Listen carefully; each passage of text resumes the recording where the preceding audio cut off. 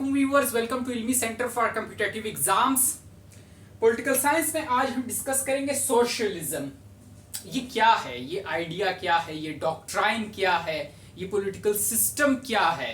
Socialism, इसको discuss करेंगे, detail में करेंगे। लेकिन मैं बताता चलूं कि मैं फिलॉसफी और सोशियोलॉजी पे भी लेक्चर्स डिलीवर करता हूं, और वो लेक्चर्स मैं अपने पर्सनल यूट्यूब चैनल पे डिलीवर करता हूं। मेरे YouTube चैनल का नाम है लेक्चर्स बाय वकास अजीज। आप विजिट कर सकते हैं, मोस्ट वेलकम। ठीक, सोशलिज्म। आए जरा अपने टॉपिक के ऊपर। मैंने यहां पे लिखा है बैकग्राउंड, डिस्कस करना जरूरी है बैकग्राउंड। ठीक, ये बात हो रही है इंडस्ट्रियल रिवॉल्यूशन की। ठीक, जब इंडस्ट्रियल रिवॉल्यूशन आया, means of production were owned by capitalist.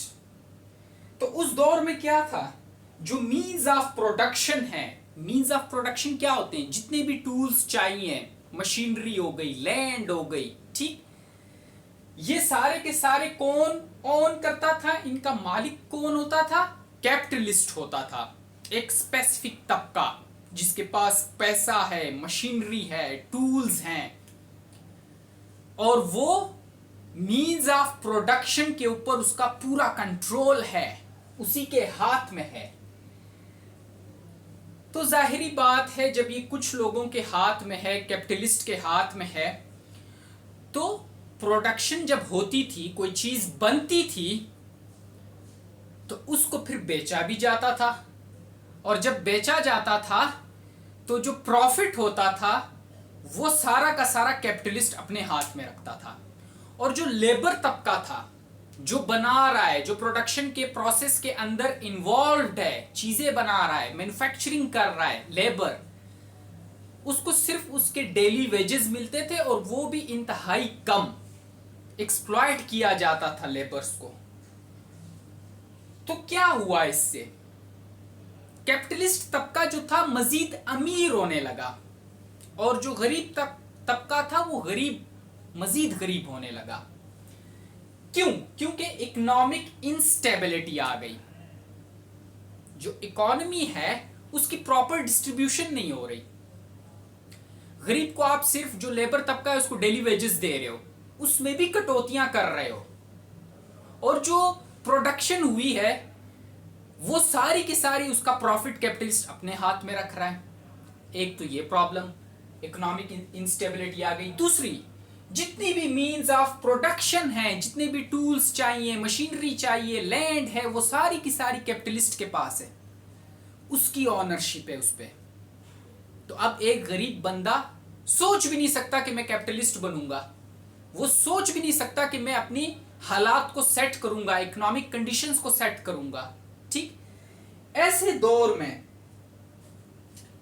Socialism का आगाज हुआ एज अ मूवमेंट। इसको पहले समझें, as a movement, a populist economic and political movement based on public और common ownership of means of production. क्या नारा लगा, ठीक, ये जरा समझें।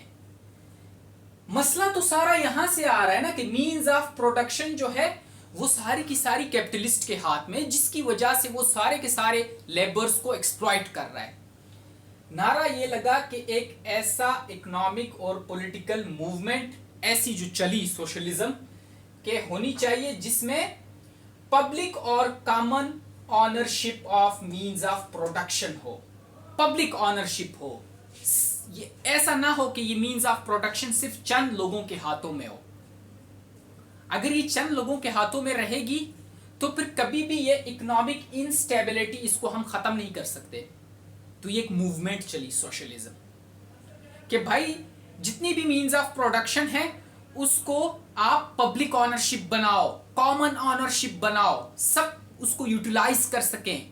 ठीक, प्लस और क्या हो, और क्या हो इसके अलावा, कि जो प्रॉफिट आ रहा है कैपिटलिस्ट के हाथ में, इंडस्ट्रियल रिवॉल्यूशन, यहां पे देखो, जो प्रॉफिट आ रहा है कैपिटलिस्ट के हाथ में, जो कैपिटलिस्ट अपने हाथों में पकड़ के बैठा हुआ है प्रॉफिट को, लेबर तक वो प्रॉफिट नहीं पहुंच रहा। डिस्ट्रीब्यूट करो, सोशलिज्म कहता है। जिसने काम किया है मैन्युफैक्चरिंग में, उसमें डिस्ट्रीब्यूट करो प्रॉफिट को। अब क्या है, इकोनॉमिक इंस्टेबिलिटी आएगी। डिस्ट्रीब्यूट करो प्रॉफिट को, सिर्फ उसके हाथ में ना हो, कैपिटलिस्ट के हाथ में, डिस्ट्रीब्यूट करो। एक मूवमेंट स्टार्ट हो गई, सोशलिज्म। ठीक, अब कैपिटल उसका कम्युनिज्म का भी यही बैकग्राउंड है, लेकिन थोड़ा सा डिफरेंस है। ठीक, कम्युनिज्म पे मैंने अलग लेक्चर दिया हुआ है, डिस्क्रिप्शन में लिंक होगा, या आप इस चैनल की प्लेलिस्ट पे जाएं, वहां पे पॉलिटिकल साइंस का फोल्डर मौजूद है, वहां पे आपको ये लेक्चर कम्युनिज्म का भी मिल जाएगा। बैकग्राउंड सेम है, बस थोड़ा सा डिफरेंस है। ये जो पॉलिटिकल सेटअप है कम्युनिज्म और सोशलिज्म, थोड़ा इनमें डिफरेंस है। बात दोनों कर रहे हैं कि भाई पब्लिक ऑनरशिप हो, किसकी, मींस ऑफ प्रोडक्शन की पब्लिक ऑनरशिप हो, किसी चंद लोगों के हाथों में ना हो। ठीक, खैर कम्युनिज्म पे तो आप अलग से वो मेरा लेक्चर सुन लें, बात अभी सोशलिज्म की चल रही है। तो एज अ मूवमेंट तो हमने इसको देखा, लेकिन कम्युनिज्म की बात मैंने इसलिए की क्योंकि सोशलिज्म, ये जो मूवमेंट है, ये कम्युनिज्म से पहले आती है, कम्युनिज्म बाद में आता है। ठीक, सबसे पहले इन कैपिटलिस्ट के अगेंस्ट जो खड़े हुए हैं वो सोशलिस्ट खड़े हुए हैं, फिर कम्युनिस्ट आते हैं। अब यहां तक बात समझ आई? अब आगे आओ। जब हम सोशलिज्म को एज अ पॉलिटिकल सिस्टम देखते हैं, जिसकी बेस पे सोशलिस्ट स्टेट्स का आगाज हुआ है, वो क्या है उसको जरा देखें। A political system in which all citizens share equally in economic resources as allocated by a democratically elected government।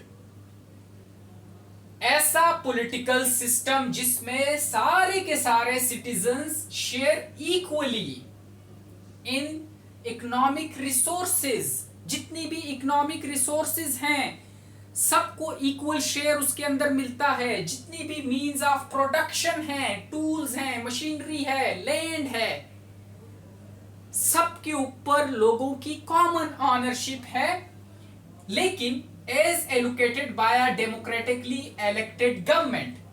लेकिन ये उनको चला कौन रहा है, रेगुलेट कौन कर रहा है इस इकोनॉमिक रिसोर्सेज को?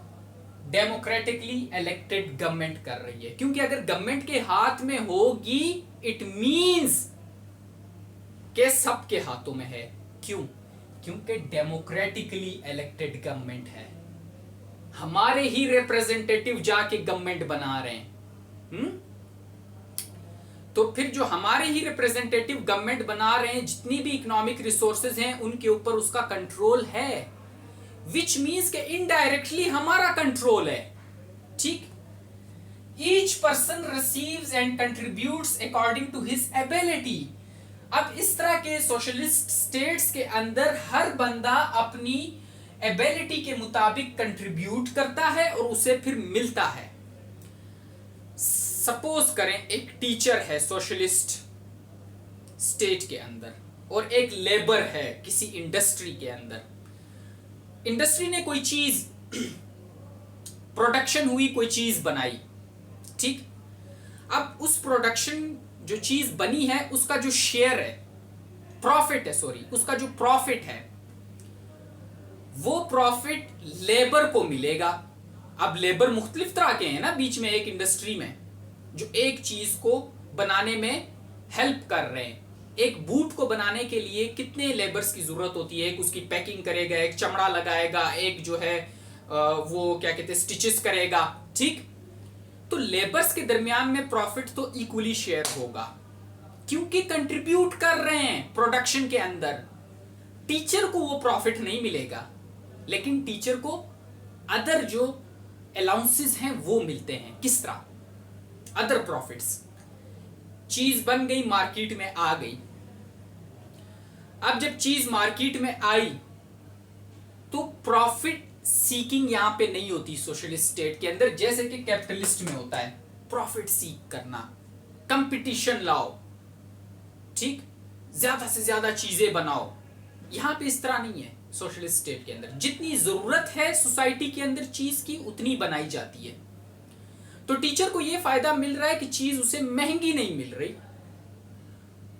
उसको जो कीमत है वो बड़ी रीजनेबल प्राइस पे वो चीज मिल रही है, उसका भी फायदा हो रहा है, और जो चीज बनी है उसमें जितना भी प्रॉफिट आ रहा है लेबर को भी फायदा हो रहा है, ठीक। Each person receives and contributes according to his ability. समझ आई? Everything that people produce is in some sense a social product. Socialist state के अंदर जो भी चीज फैक्ट्री में बनाई जाती है, ठीक, वो सोशल प्रोडक्ट की सेंस में बनाई जाती कि उस सोसाइटी के अंदर कितनी रिक्वायर्ड है, कितनी प्रोडक्शन रिक्वायर्ड है, वो अपनी सोसाइटी को देखते हैं। कैपिटलिस्ट के अंदर फ्री मार्केट है, ठीक, बनाओ चीजें, बनाओ बनाओ बनाओ, एक्सपोर्ट करो, दूसरे कंट्रीज में जाके अपनी मार्केट स्टेब्लिश करो। यहां पे इस तरह नहीं है, ये अपनी सोसाइटी को देखते हैं कि हमारी सोसाइटी में कितनी रिक्वायर्ड है, ठीक। सोशल प्रोडक्ट बनता है and everyone who contributes to the production of social product is entitled to have a share in it.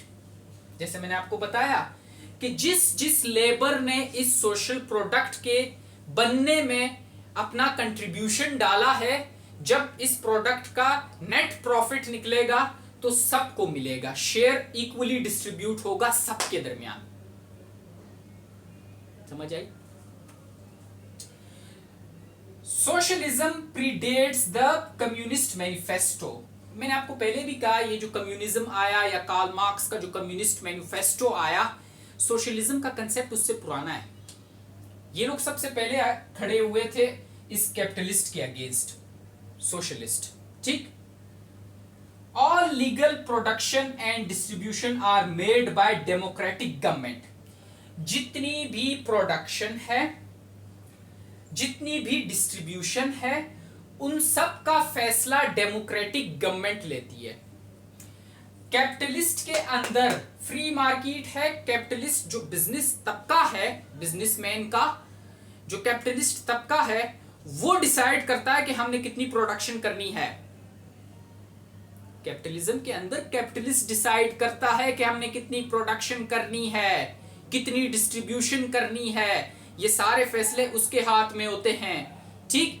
लेकिन क्योंकि यहां पे ये लोग अपनी प्रॉफिट को देखते हैं, लेकिन सोशलिस्ट के अंदर यहां पे कोई किसी का डिसीजन नहीं चलेगा मां सिवाय डेमोक्रेटिक गवर्नमेंट के। गवर्नमेंट ही डिसाइड करेगी कि हमारी सोसाइटी में कितनी प्रोडक्शन की जरूरत है और कितनी डिस्ट्रीब्यूशन किस तरह होनी चाहिए, ठीक। नो कॉम्पिटिटिव बाइंग और सेलिंग।